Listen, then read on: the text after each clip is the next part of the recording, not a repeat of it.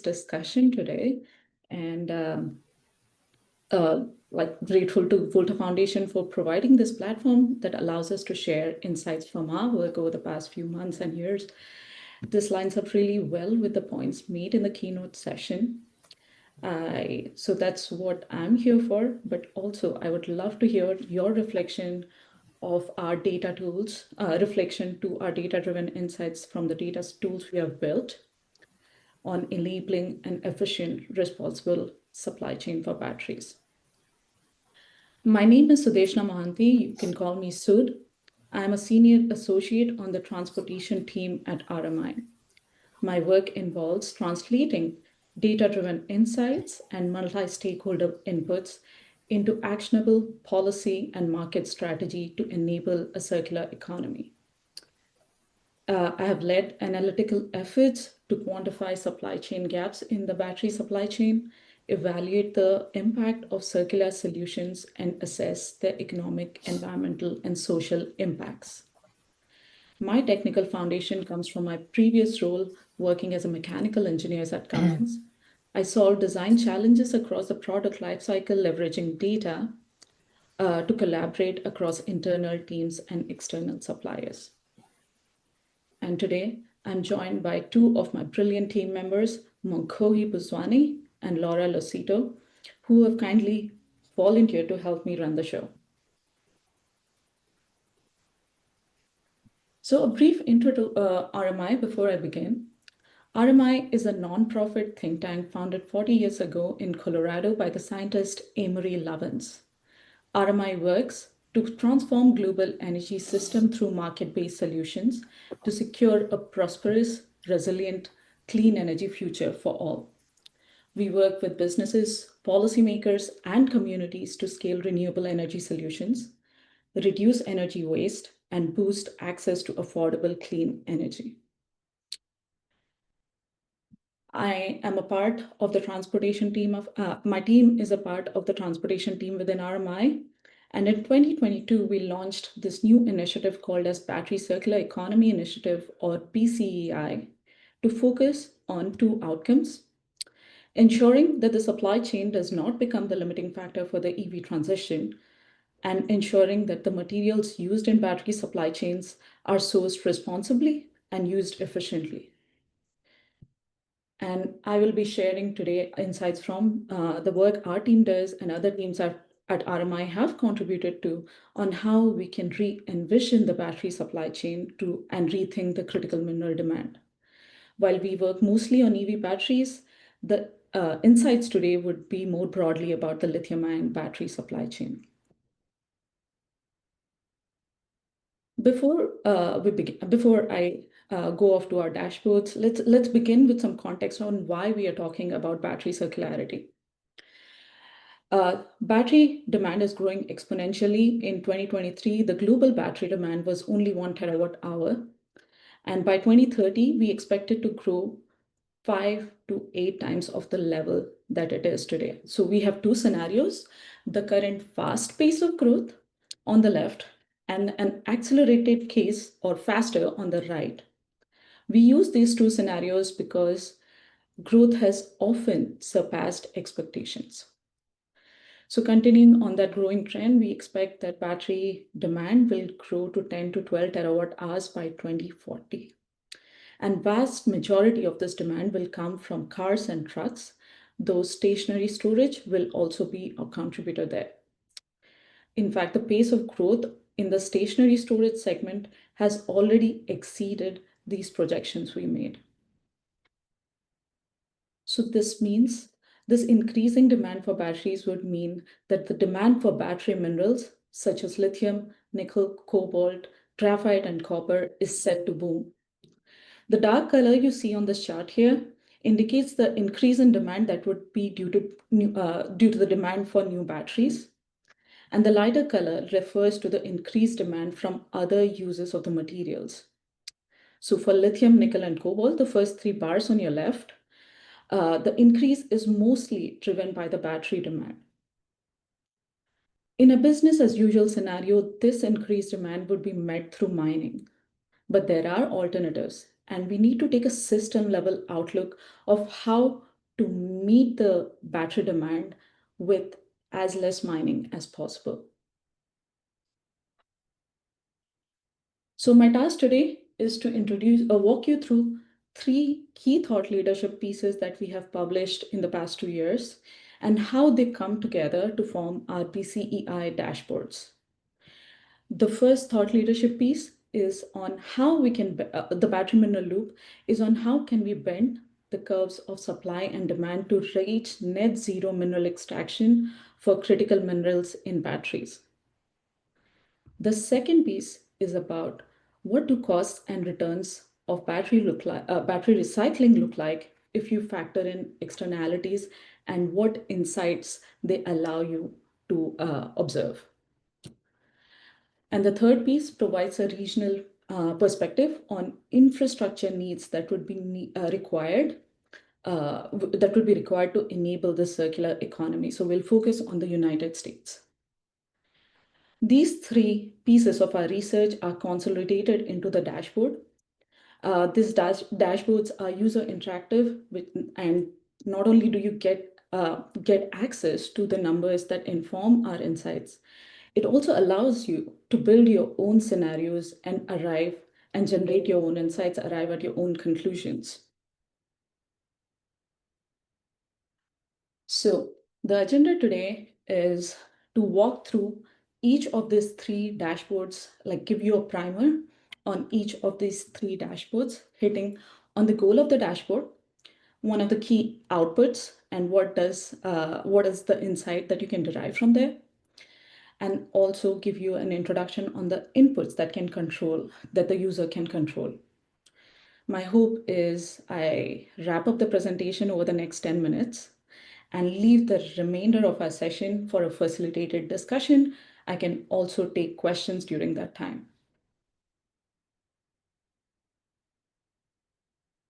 So our first dashboard is the battery mineral loop. And we published this report last year, which outlines 6 solutions to manage rapid mineral demand increase and quantify the impact of solutions from technological solutions have already had and are expected to have in the future on mineral demand. So if we apply the best-in-class innovation, circularity, and efficiency levers, net zero mining demand is possible before 2050 for lithium, cobalt, and nickel. And on the left, you can see the 6 solutions. On innovation, we talk about different battery chemistries and battery design, battery engineering. So deploying different alternative battery chemistries which require fewer critical minerals and improving battery energy to get to higher energy density and thus storing more energy per kilogram of a battery can reduce our mineral demand. We also look at 2 circularity levers, recycling and reuse and extended lifetimes. So reuse allows us to get back the battery minerals at the end of their life and use them in new battery production, reducing that need for mining. Using batteries for longer in their first application and using them in new secondary applications allows us to provide more service from a smaller stock of batteries. If we look at efficiency levels, we can go beyond batteries and think about efficient vehicles and efficient mobility. Making cars more efficient through the use of lighter weight materials, improved aerodynamics, and right-sizing batteries for purpose will allow us to allow for smaller batteries for the same vehicle range. With efficient mobility, we can reduce the demand for batteries altogether by moving away from individual motorized forms of transportation and more a shift to public transit, micromobility, or active forms of transportation. So all of these solution levers allow us to imagine what is achievable through innovation, circularity, and efficiency. But to achieve this circular future, we also must be very clear-eyed about the challenges. So we'll take a look at battery recycling economics, applying the traditional lens of profitability on investments, allows us only to see the tip of what is possible as a return from recycling. And we need to overcome this limitation, take a holistic view to factor in externalities, and that can allow us to see, plan our long-term investments in a better way. So our second dashboard is about a triple bottom line framework for recycling. So this is a framework that's already in place. It factors in people and the planet alongside profits. And to bring this triple bottom line framework to life for recycling, we evaluated 5 additional metrics uh, uh, besides profits. So these include the avoided land use, water use, and emissions for environmental returns, and the jobs created and the economic activity resulting from those jobs for social returns. There could even be additional benefits that are possible but not quantified, such as like avoided energy use or energy security for a region. But we have limited ourselves to these 5 social and environmental metrics. And we come to the conclusion that if all EV batteries that are projected to retire in the United States through 2040 are recycled, we can achieve triple bottom line returns in the order of 10 to 40 billion dollars. So even in the worst case, where the metal prices are the lowest and costs are high, the triple bottom line, the profits may be negative, but the triple bottom line return is still over $10 billion. So the profitability will and the returns will be determined by the revenue and costs. So revenue will be driven by the battery chemistry, which tells us what is the mineral content in the batteries, the critical mineral content, and by metal prices. So what are the commodity prices of the materials that govern revenue? We have an option that allows users to evaluate the impact of incentives on profitability and returns. And the results you're seeing right now do not include any incentives. Costs can be varied by changing the capacity utilization and the economies of scale. So the higher these two are, the capacity utilization refers to the utilization of an individual facility. Economies of scale are at a larger level. So the greater the economies of scale, some of the fixed costs in the system, such as collection networks and such, come down. So the greater these numbers are, the lower the costs will be. So with this dashboard, this dashboard allows us to identify the risks, the benefits, and allows us to take a holistic view on the returns, identify strategic intervention needs. The profitability outlook is not encouraging at the low end of metal prices and today's recycling cost, but recycling is a nascent industry. And every new technology goes through a learning curve and allows us to unlock learning rates which bring down costs in the longer term. So we need to de-risk investments now to unlock these learning rates and get to viable economics. And what would de-risking involve? Anything that ensures demand for recycled products can help. This can be voluntary market measures such as a buyers alliance for responsibly sourced batteries, policy levers such as extended producer responsibility along with recycled content mandates, or it could be direct incentives to recyclers.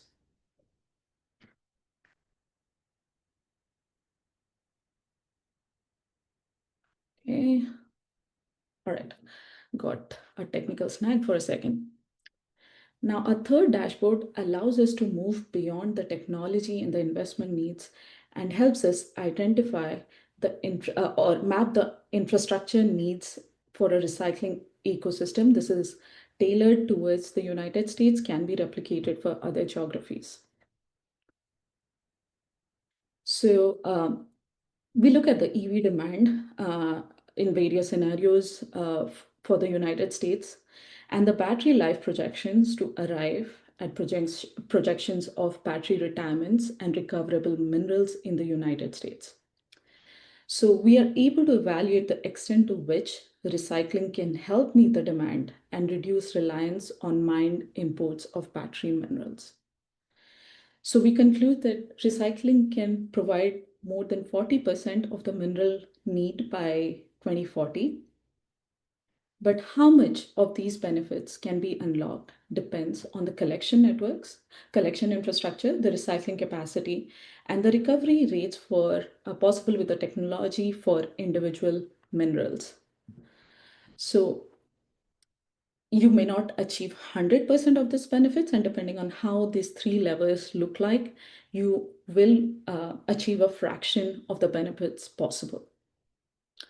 So with this dashboard, you are able to envision the scale of recycling infrastructure needs through time. And another conclusion you might be able to envision once you go through the other outputs of the dashboard is to see the relation of the battery supply chain, especially the midstream and the recycling industry. So we need to have a market for recycled products, and that is the battery, a midstream portion of the battery supply chain where you convert battery minerals into battery components such as the cathode, anode. And without a domestic midstream, recycling investments will still be at risk. So these are the three dashboards, and this was a lot. So I hope you get this helps you get to our dashboards and navigate them at your own time. I would love to take the time to turn to a facilitated discussion. And for that, I would kick us off with three questions. I have three questions, which are, what is a key insight for you and why? What is a key problem that you see needs system level alignment? Or what are some of the solutions that you see from your industry or your sector? So we can take 2 minutes to gather our thoughts. I can start a timer, but encourage you to grab a piece of paper, a sticky note on your computer or your phone. Get some time to collect your thoughts and join us back, turn back to the discussion in 2 minutes.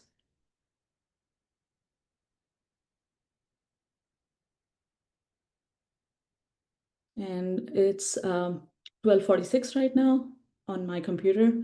So we'll turn back at 48 past the hour.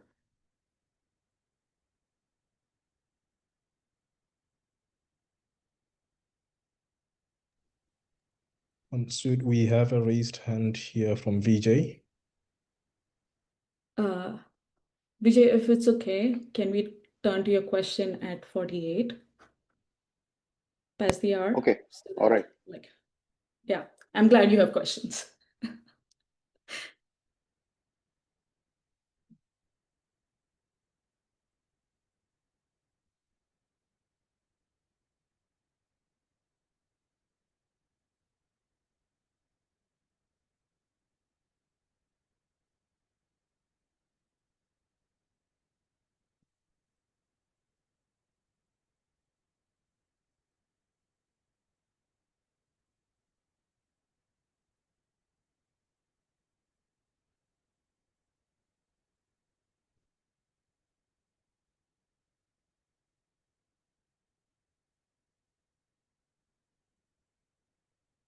All right, 30-second timer to wrap up your reflections.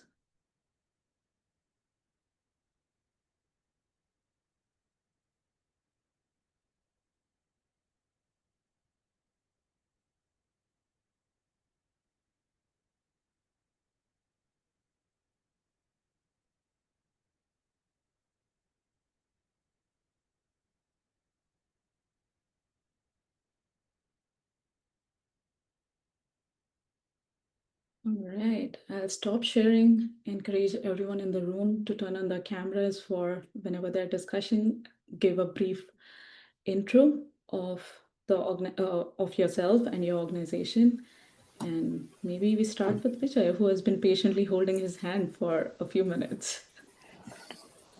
Yeah, thank you.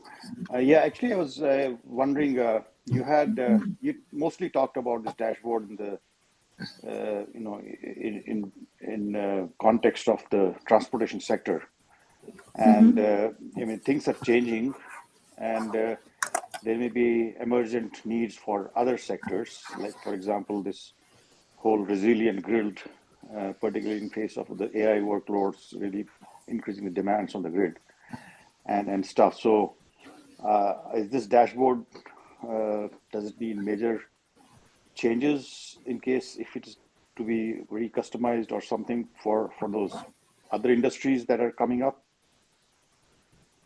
Definitely, Vijay, if we are able to get to a reasonably confident place for predicting the battery demand from stationary storage and their lifetimes, the rest of the calculations flow.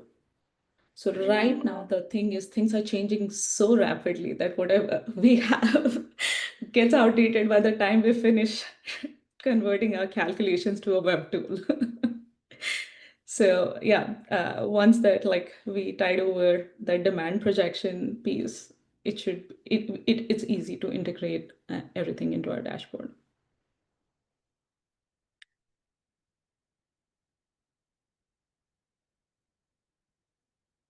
Thank you. Are there other questions, or would someone love to share their thoughts from, or their reflections on all of this data that you just got a glimpse of? Yeah, thank you very much, first of all, for a very interesting presentation. Question regarding recycling technology. Of course, we have this sort of this ecosystem now where some recycling is done by hydrometallurgical methods, some by pyro, some by direct recycling, which seems to be sort of the up and coming technology. When you constructed your dashboards, did you assume any particular mix of recycling technologies, or you're kind of agnostic on that basis? So we took hydromet as our for our recycling costs analysis because that's what exists in the world at a commercial scale. We are getting aware, or like once the direct recycling gets to a commercial scale and there's data available on what the cost structures really look like, we can incorporate that. I'll throw another one into the mix, which I learned about, which is chromatographic separation. So a crossover from the medical industry, if I'm not wrong. And yeah, like there's a lot happening in the recycling industry, which makes, which encourages me. And that is what I was talking about when I mentioned learning rates in the techno-economic analysis.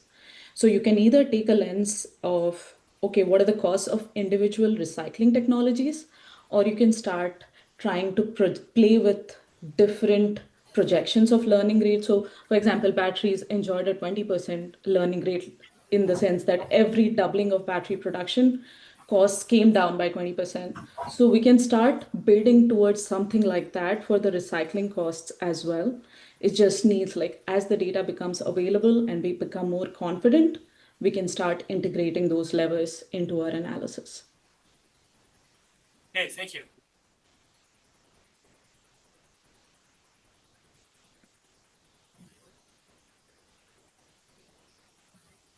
Renata, your Yeah.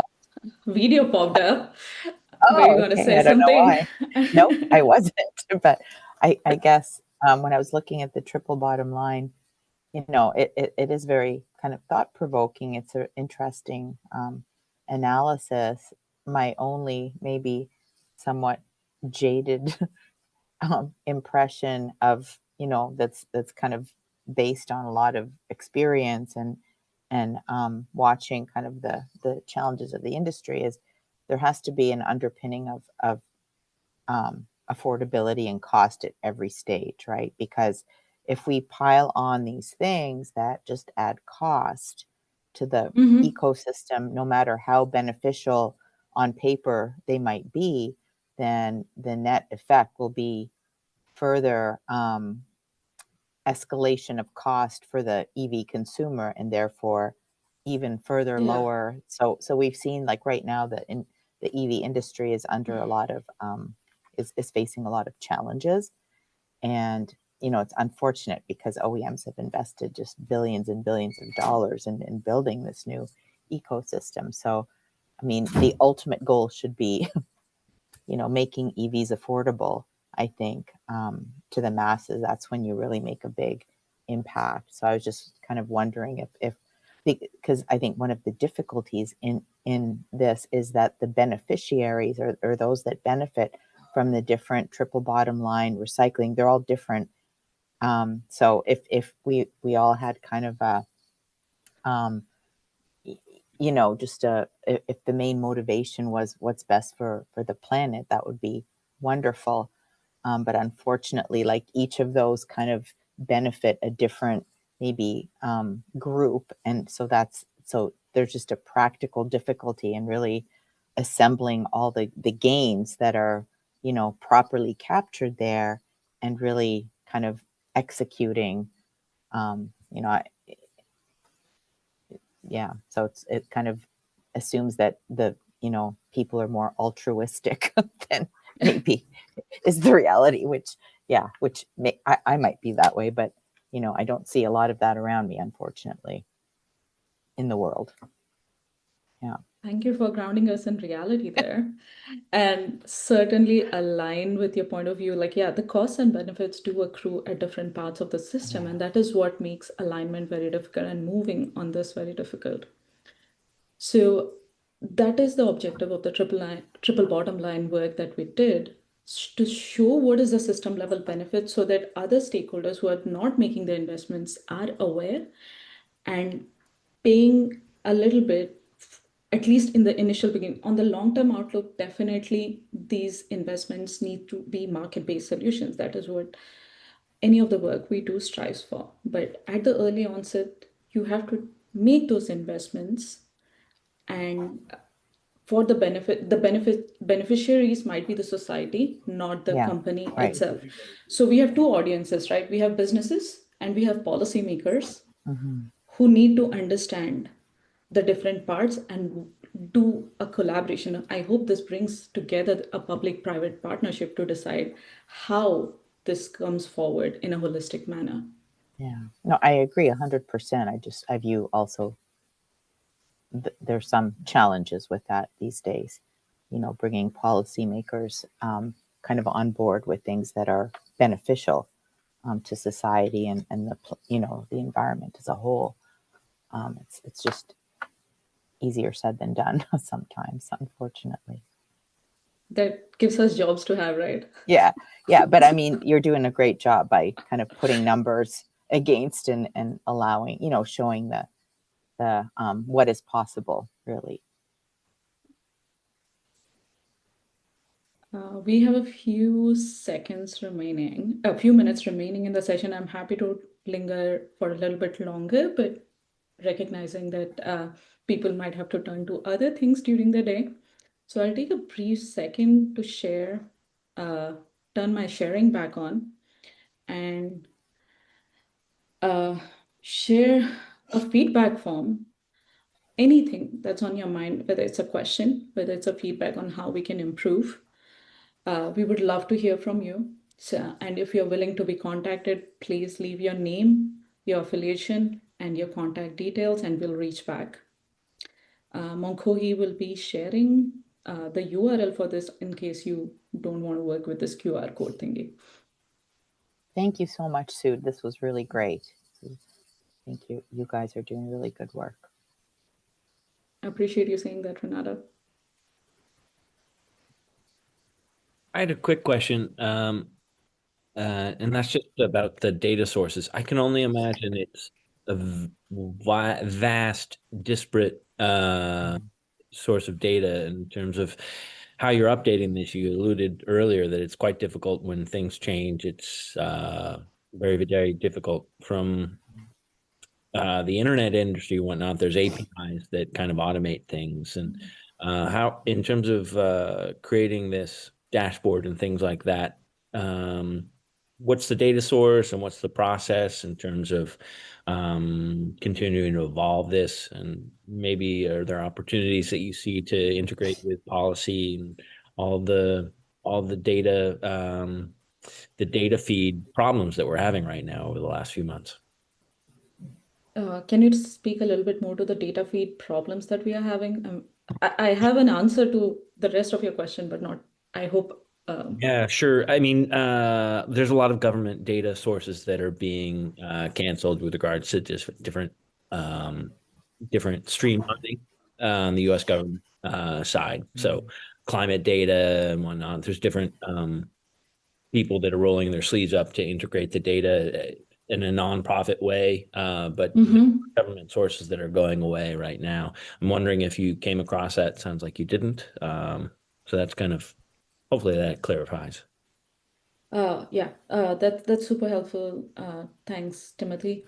And then I think the main government-based data source, two of the main government-based data sources that we use are our cost and revenue model is from Argonne National Lab.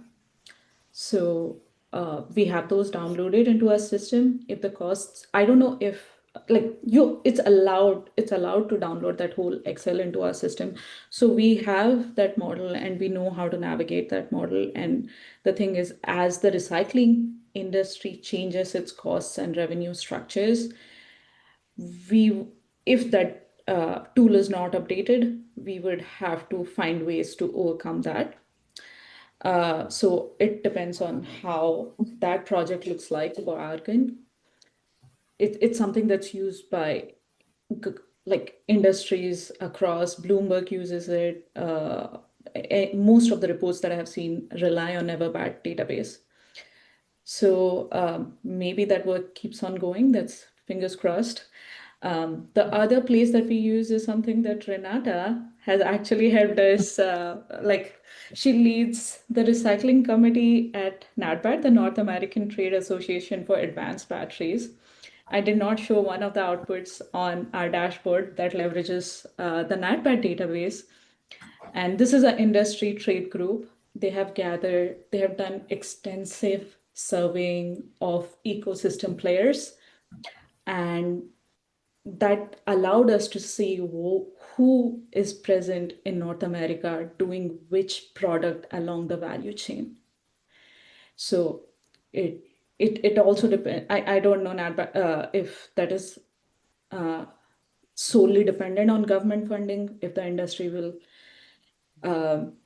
continue to come together to update that database. But I also see others from Wellesley College, Dr. Jay Turner, tracking investments from press announcements, updating those numbers. So there are many actors who are coming together to keep this data pipeline going. And the rest of we have all our user guides on the dashboard, so you can take a look at which are the other sources of data, but these are the two government sources, or at least related. Yeah, and I would just say that NatBat funded the database, the database that was accomplished by NREL. So hopefully that won't go away. So hopefully that's somewhat, it was executed by NREL, but funded by NatBat. So yeah, hopefully that'll continue being updated. Yeah. Yeah. There was a cornerstone when we started our first dashboard, to be honest. Without that data, it would have been very hard to even I know you were a big user, so we appreciated that too. Yeah. Thank you very much. Just Google NatBat database, NREL or whatever, and it'll come up, and it's publicly available for